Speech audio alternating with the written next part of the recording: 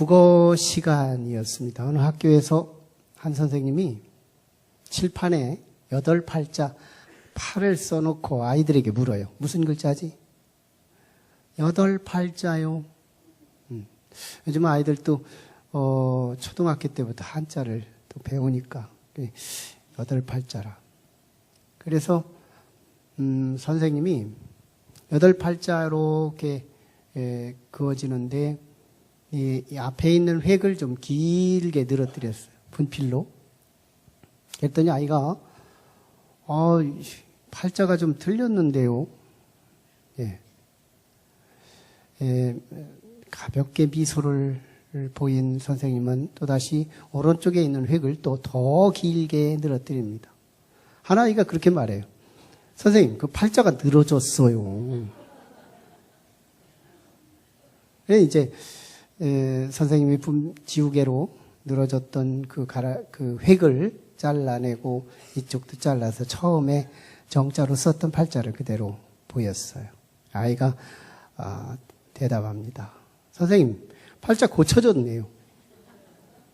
그때 선생님이 참 의미 있는 미소를 드러내면서 이렇게 표현합니다. 팔자는 고쳐지는 것입니다. 아멘? 네, 팔자는 고쳐지는 것이다. 예수 믿기 이전에가 팔자지, 그리고 운명이지. 우리는 운명대로 또는 팔자대로 사는 게 아니라는 거예요. 예수 만난 이전만 팔자론에 우리는 팔자를 이야기하고 운명을 이야기하며 살 뿐이지, 예수 만나는 순간 이것은 아주 초계처럼 사라지고 없어지게 된다는 것입니다. 오늘 얘기가 그 얘기일 거예요. 본문이 강해 설교인데 자꾸 우리 아내는 본문을 바꾸라고 제안해 왔어요. 근데 이 본문이 자꾸 나한테 그 축제주일에 맞는 코드를 저한테 자꾸 주시는 거예요. 하나님이 내 사역을, 말씀 사역을 도와주시는데 내가 거절할 수는 없잖아. 하나님 말씀에 순종하고 내가 그대로 가겠다 하고 오늘 본문 말씀이 지난주에 나눴던 말씀에 이어집니다. 남쪽 유다 나라 이스라엘 이야기입니다. 남쪽 유다 나라의 16번째 왕 요시야 왕의 이야기. 그래 8살의 왕이 돼서 31년 동안 나라를 다스립니다.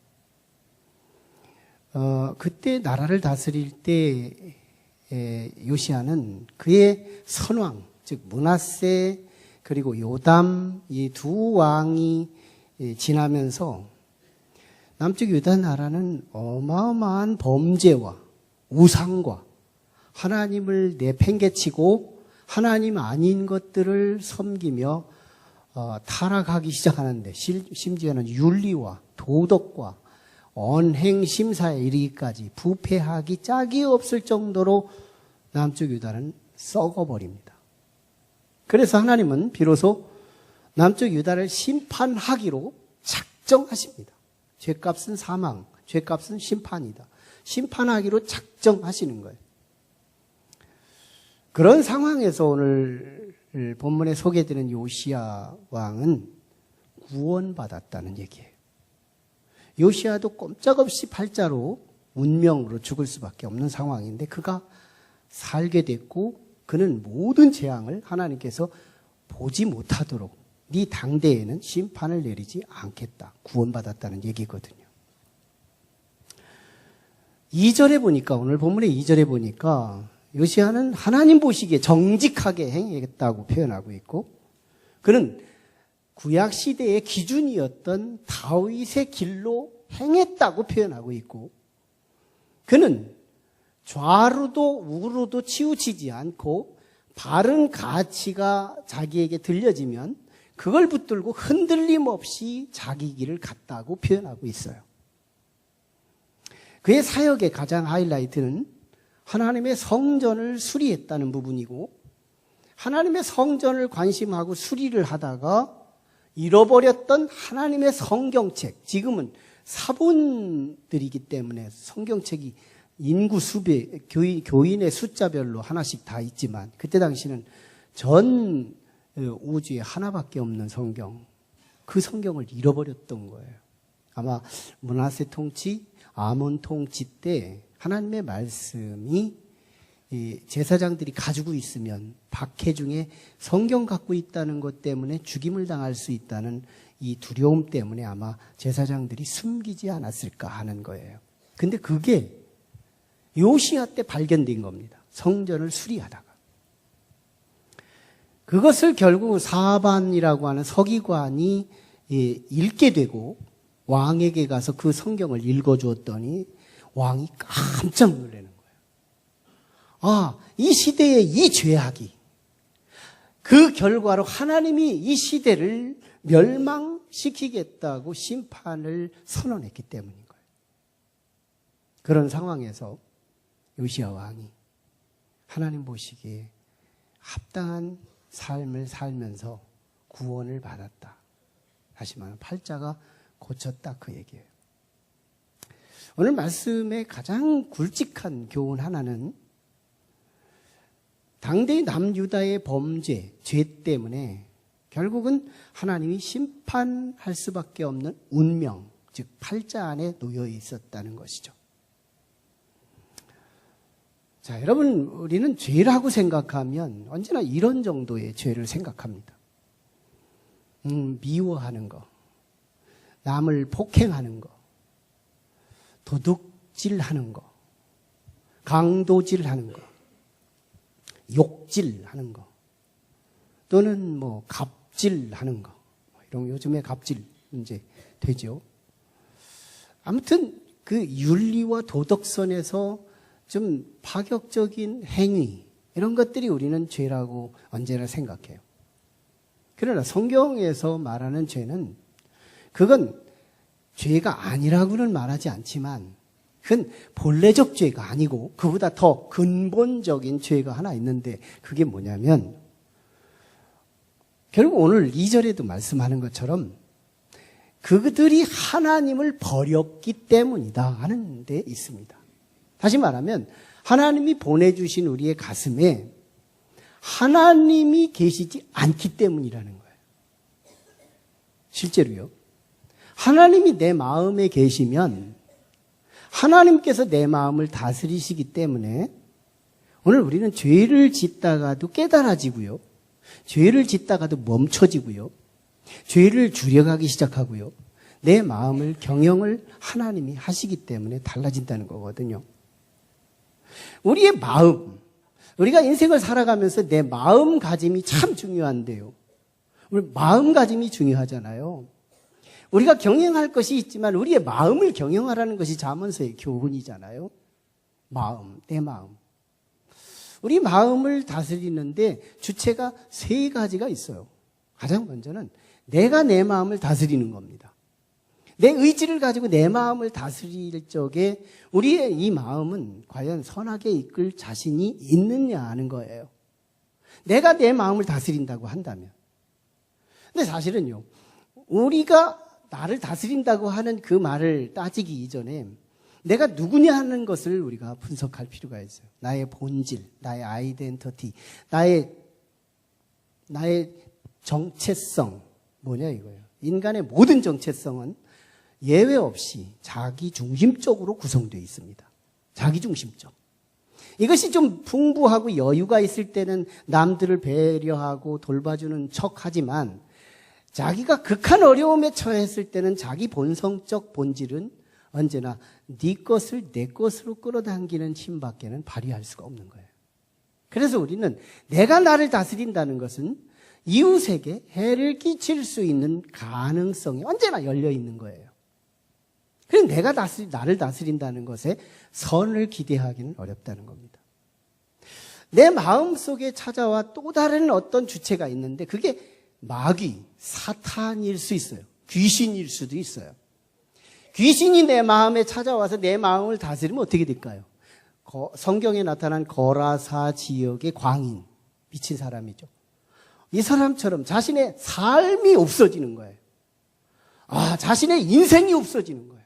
과연 내가 숨만 쉬고 있고 밥만 먹을 줄 알지 내가 의도하는 내 삶이 이루어지지를 않는 거예요. 귀신이 내 마음을 다스리면 말이죠. 귀신에게 빼앗긴 사람들이 얼마나 이 땅에 많아요. 그의 인생을 빼앗긴 인생. 호흡만 내 거지, 밥만 먹는 것이 내 거지, 내 인생은 의지가 없는 거예요. 내 의지하는 것이 아무것도 이루어지지 않는 그런 빼앗긴 인생을 살아가는 삶. 이런 사람이 많습니다. 당사자가 아니니까 모르는 것뿐이죠. 마지막 세 번째 운영자가 있다면 그분이 하나님이신 거예요.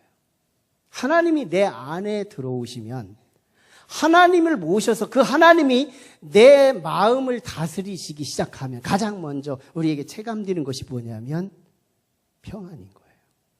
평안이죠. 하나님이 내 안에 모셔서 하나님의 집으로, 로마서에서 말씀하는 바 내 마음이 곧 하나님의 성전이다 이렇게 표현한 것처럼, 왜? 하나님이 계신 곳이 거룩한 곳이고 하나님이 계신 곳이 성전이라면 그것이 바로 내 마음이기 때문에 내 마음은 곧 성전인 거예요. 로마서는 그렇게 말하고 있어요. 하나님이 계시기에 질서가 있고 하나님이 계시기에 평안이 있고 하나님이 계시기에 화평이 있다면 그게 곧 하나님 나라지 뭐예요? 천국이지 뭐예요?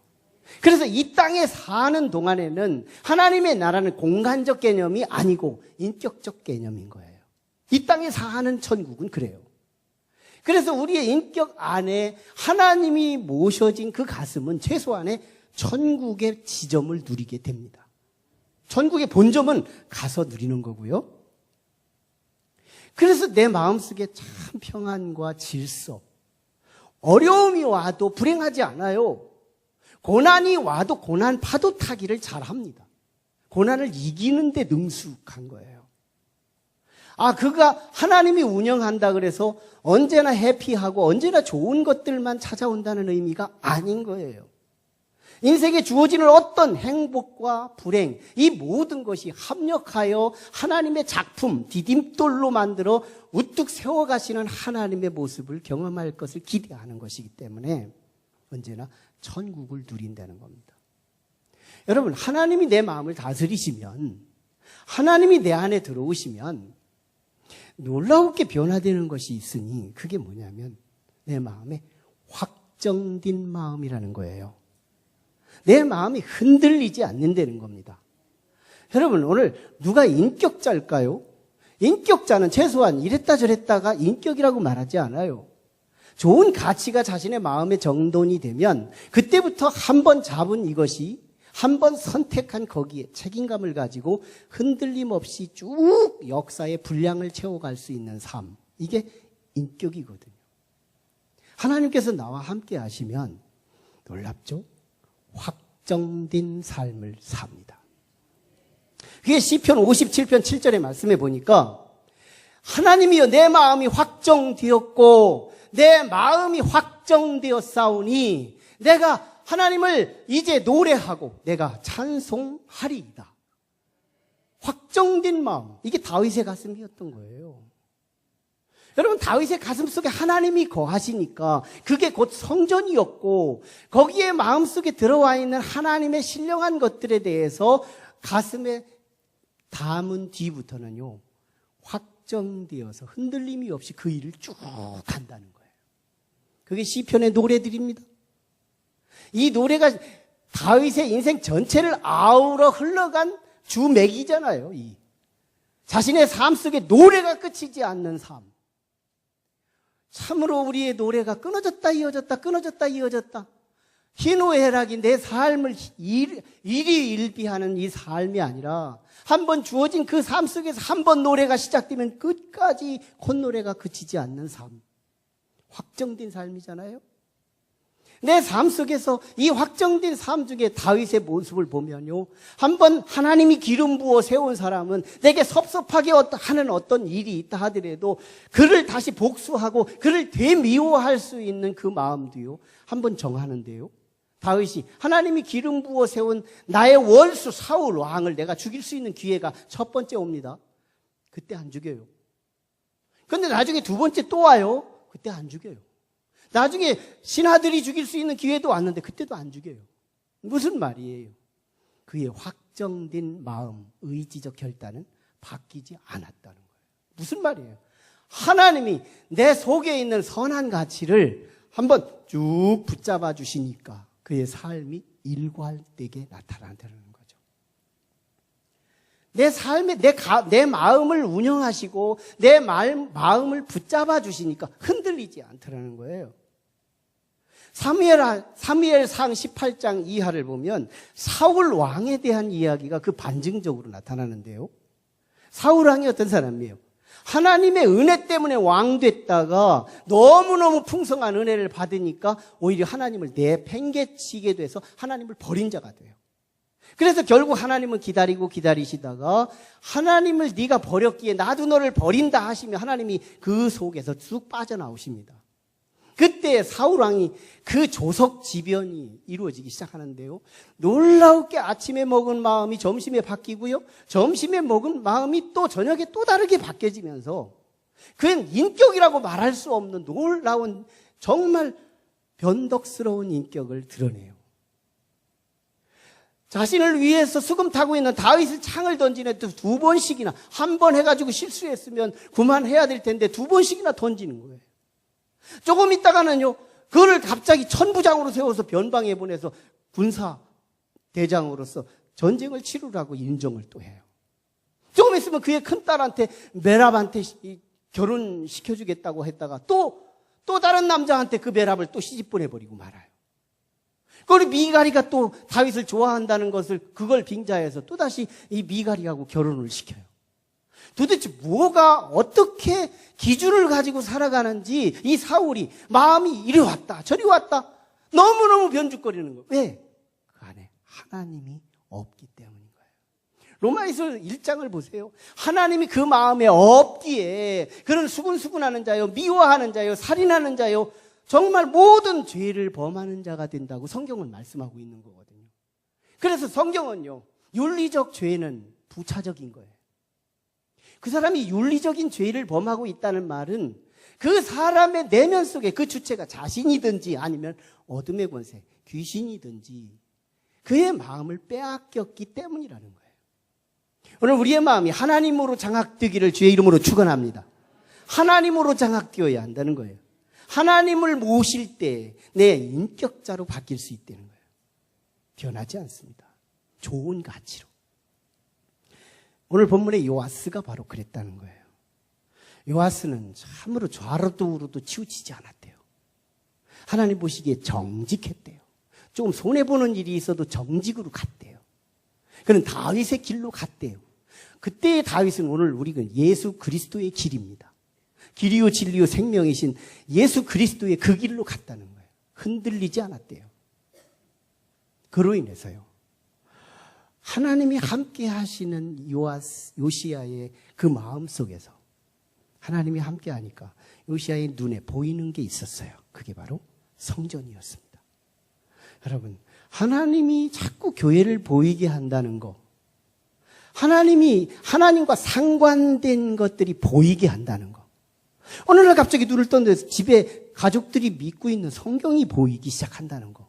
이거요, 하나님께서 내 내면을 움직이시는 비밀이라는 거예요. 성전이 보이게 했다는 거예요. 요시야 왕이 성전이 갑자기 보이는 거예요. 왜? 므낫세 때 파괴했던 성전, 아몬 때 파괴했던 그 성전이 보이기 시작하는 거예요. 그래서 서기관 사반에게, 사반아, 성전에 가면 hil기야라고 하는 제사장이 있는데 그 제사장한테 이 성전이 무너진 성전을 좀 수축하고 그리고 수리 좀 하라고 한번 지시를 해라. 그래서 사반이 가서 제사장한테 얘기를 합니다. 이 제사장이 왕명이니까 순종하고 거기서 성전을 수리하는데 어느 한켠에 구석쟁이에서 나오는 것이 하나가 있으니 율법 책이 하나가 나온 거예요. 그게 그때는 이 지구상에 한 권밖에 없는 이 원본이었던 거죠. 어느 한때에 아마 므낫세 정치 때인지 아하스 정치 때인지 박해 시대 때에 한 제사장이 이 성경책을 가지고 있으면 죽임을 당할 것이 너무 자명했기 때문에 박해 시대의 결과물로 하나님의 성전 어느 구석에다가 숨겨버리고 말았던 거죠. 근데 요시야 때 이게 발견된 거예요. 누구한테 발견된 거예요?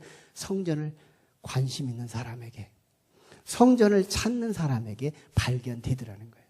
그래서 서기관 사반이 이것을 왕에게 읽어줬더니 깜짝 놀란 거죠. 그래서 이 요시야는 그 말씀을 근거로 이대로 가면 안 되겠구나. 이대로 계속 가면 안 되겠구나. 이대로 계속 간다면 운명이 나를 결정하고 이대로 계속 간다면 팔자가 나를 결정할 수밖에 없구나. 이걸 깨닫고요. 거기서 옷을 찢어요. 회개했다는 얘기예요. 돌이켰다는 얘기예요. 다시 시작하자. 리스타트. 다시 시작하자. 내 삶은 이대로 계속 간다면 운명의 결론이요. 팔자의 결과일 수밖에 없으니 내 삶을 다시 시작해야 한다. 이걸 결단하는 거예요. 여러분, 이 요시야가 자신의 운명을 바꿀 수 있었던 게 뭐예요? 하나님이 내 안에 오셨다는 거예요. 그래서 그가 회개를 선택해요. 회개는요, 은총의 결과예요. 내가 회개하는 것 같지만요, 하나님이 회개를 시키는 거예요. 회개를 시킵니다. 오늘 19절, 20절 말씀에 한번 볼까요? 같이 한번 읽어봐요. 시작. 내가 이곳과 주민에게 대하여 빈 터가 되고 저주가 되리라 한 말을 내가 듣고 마음이 부드러워져서 여호와 앞근 내 앞에서 겸비하여 옷을 찢고 통곡하였으므로 나도 네 말을 들었노라. 여기까지만 해요. 다시 말하면 요시야가 하나님의 말씀을 듣고 보니까 내가 틀렸다는 걸 아는 거예요. 왜 교회 다니는지 아세요? 교회를 안 다니면 내가 살아온 과거의 삶이 틀린 것 같기는 하지만 뭐가 틀렸는지를 몰라요. 막연한 오답 같은 삶, 그러면서도 막연히 정답이기를 기대하는 삶, 이거 확률 인생 아니에요? 그러다 지옥 오면 어떡할 거예요? 최소한 교회를 다닌다는 것은 정답이라고 하는 성경이 우리에게 늘 일주일마다 주간에 오신다면 주간에도 늘 이 기준과 잣대와 나침판과 시계를 늘 확인하는 삶이 되기 때문에 내가 잘못됐으면 잘못된 것을 내가 확인할 수 있는 길이 있더라는 거예요.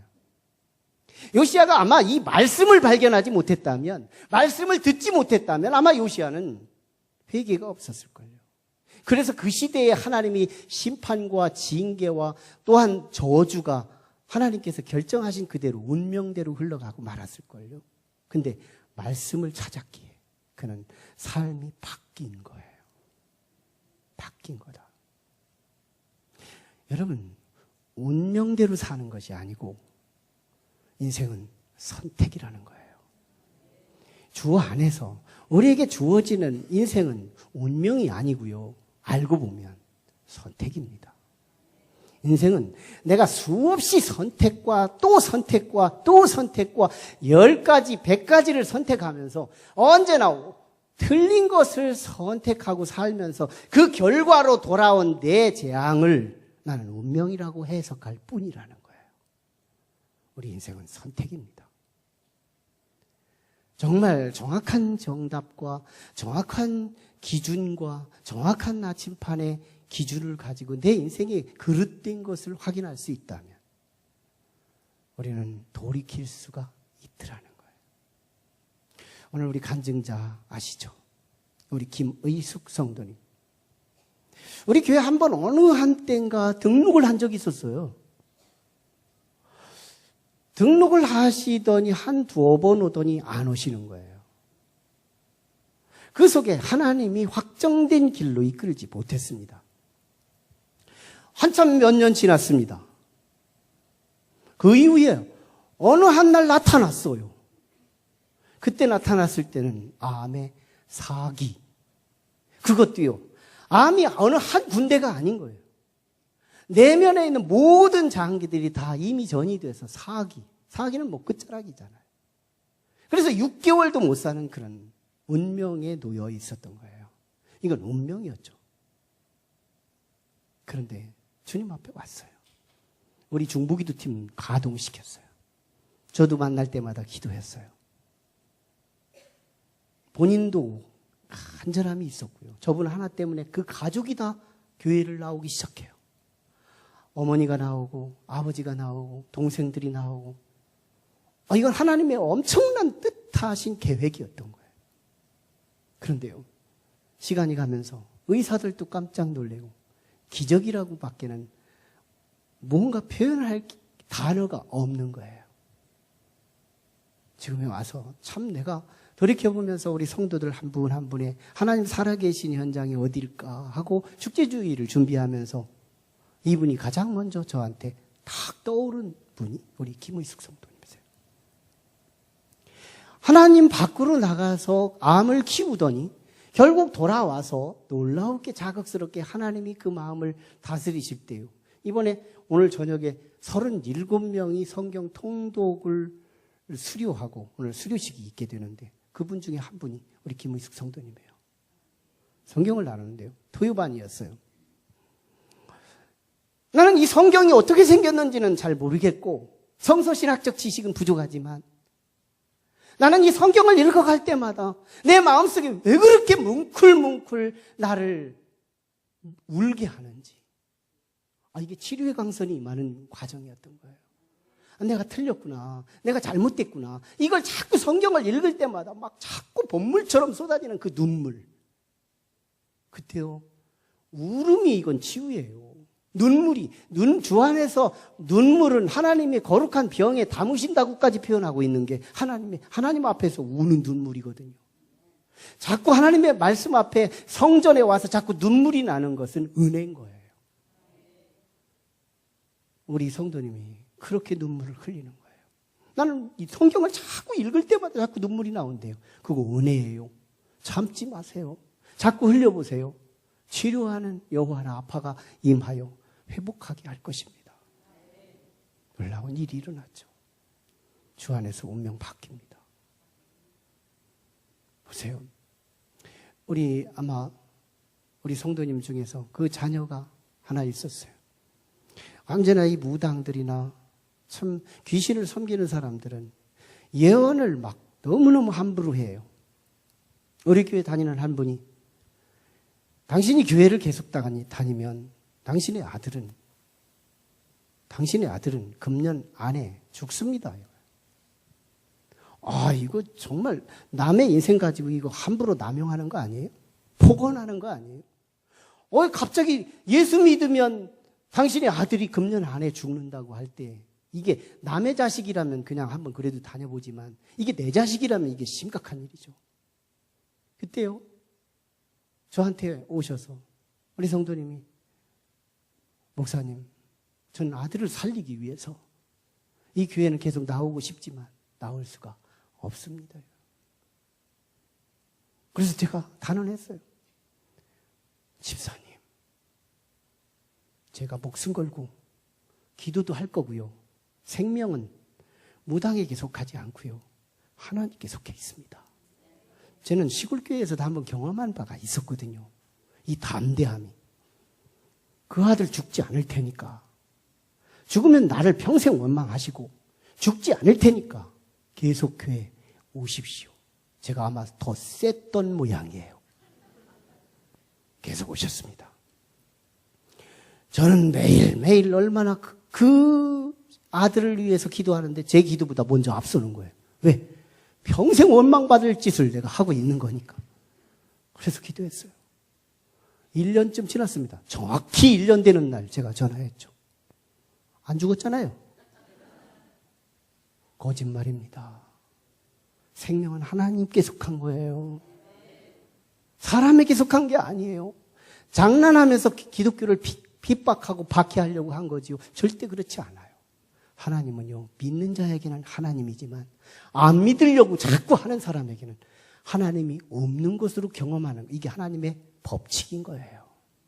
여러분, 하나님이 자꾸 없다고 해보십시오. 하나님 미동도 하지 않습니다. 네 믿음대로 되라고 말씀하시는 이유가 뭐예요? 안 믿는 자에게는 상관없는 분으로 역사하겠다는 약속이거든요. 믿겠다고 하는 그분에게는 하나님은 반응하시더라는 거예요. 그러나 분명한 건 운명은 없어요. 내가 잘못된 선택의 연속으로 다가온 재앙일 뿐이지, 이걸 우리는 무책임하게 운명이요 팔자라고 말할 뿐이지, 진정한 것은 인생은 운명이 아니고 선택이더라는 거예요. 우리 안에 주님이 들어오시면 돼요. 요한계시록 3장 20절에 볼지어다 내가 문 밖에 서서 두드리노니 누구든지 내 음성을 듣고 문을 열면, 이게 마음의 문입니다. 나는 그로 더불어 먹고 그는 나로 더불어 먹으리라. 뭔 말이에요? 하나님께서 내 안에 내 마음 문만 열어주면 내 안에 들어오셔서 나를 경영하시고 나를 다스리시고 나를 통치하셔서 가장 다른 사람에게서가 아니라 네 가슴에서 하나님 나라를 먼저 경험시키고 너부터 구원하고 그리고 너를 통하여 이웃 사람들에게 선한 영향을 끼쳐서 하나님 나라의 점조직으로 하나씩 둘씩 확산시켜 가리라. 이게 하나님 나라 운동이었던 거예요. 오늘 내 마음을 여는 게 중요해요. 없다고 하는 분은 없어요. 죽을 때까지도 없을걸요. 그러다가 어느 한때 어두운 곳에 도착했을 때 그때는 후회해도 소용없죠. 누가복음 16장에 보면 부자와 거지가 살고 있었어요. 그런데 이 둘, 부자도 죽고 거지도 죽었어요. 가장 비참한 것은 내가 지옥에 왔는데, 부자가 하나님을 믿지 않고 끝내 지옥에 왔는데 지옥 사람들만 보였다면 그래도 자업자득이라고 생각하고 운명이라고 생각하고 그냥 고통만 참고 말았으면 됐는데, 아니 지옥에 가서 보니까 천국이 보이는 거예요. 낙원이 보이는 거예요. 자기 문 설주 밖에서 거지 노릇했던 그 나사로가 예수를 믿어가지고 천국 가에 있는 모습이 보이는 거예요. 상대적 빈곤, 상대적 아픔, 이 부자가 그걸 느낍니다. 자신의 살아있는 형제들이 예수 믿지 않는다는 것을 보면서 저 나사로를 살려서 우리 형제들에게 가서 복음 좀 전하게 해달라고 하지만 거절당합니다. 지옥의 고통이 얼마나 힘들었는지, 내게 혓바닥에다가 물 한 방울만 좀 나사로 식혀가지고 여기다 서늘하게 해달라고 요청했는데 그거조차도 거절을 하는 거예요. 심판의 두려움이 물 한 방울의 은혜도 허락되지 않더라는 거예요. 여러분, 오늘 우리 안에 내 하나님이 나를 경영하신다면 오늘 우리는 한 생애를 소풍처럼 살고 노숙자처럼 살지 않고 소풍처럼 살다가 더 나은 자신의 본향으로 가서 영원한 복락에서 하나님 나라를 누리며 영원토록, 그것도 100년도 아니고 1000년도 아니고 10,000년도 아닌 영원토록 하나님께서 다스리시는 그 질서의 나라, 평화의 나라, 은혜의 나라, 축복의 나라, 면류관이 씌워지는 나라, 그리스도와 함께 왕노릇하는 그 나라. 누가 가요? 하나님을 가슴에 모으신 사람. 마음을 열어야 해요. 마음을 열면 하나님이 개입하십니다. 문제가 있어도 상관이 없습니다. 기도하죠. 하나님,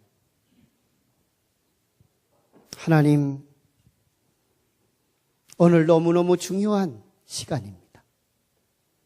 내 마음이 귀신에게 맡기지 마시고 내 마음을 내 이성으로만 맡기지 마시고 나를 창조하시고 나를 낳아주신 참 부모 하나님, 그분에게 나를 맡기오니 주여 오늘부터 내 마음을 다스려 주시고 내가 확정되었사오니 내가 주를 노래하며 내가 주를 찬송하리이다고 작정했던 다윗의 그 마음, 예수님의 그 마음 내게 허락하여 주시옵소서.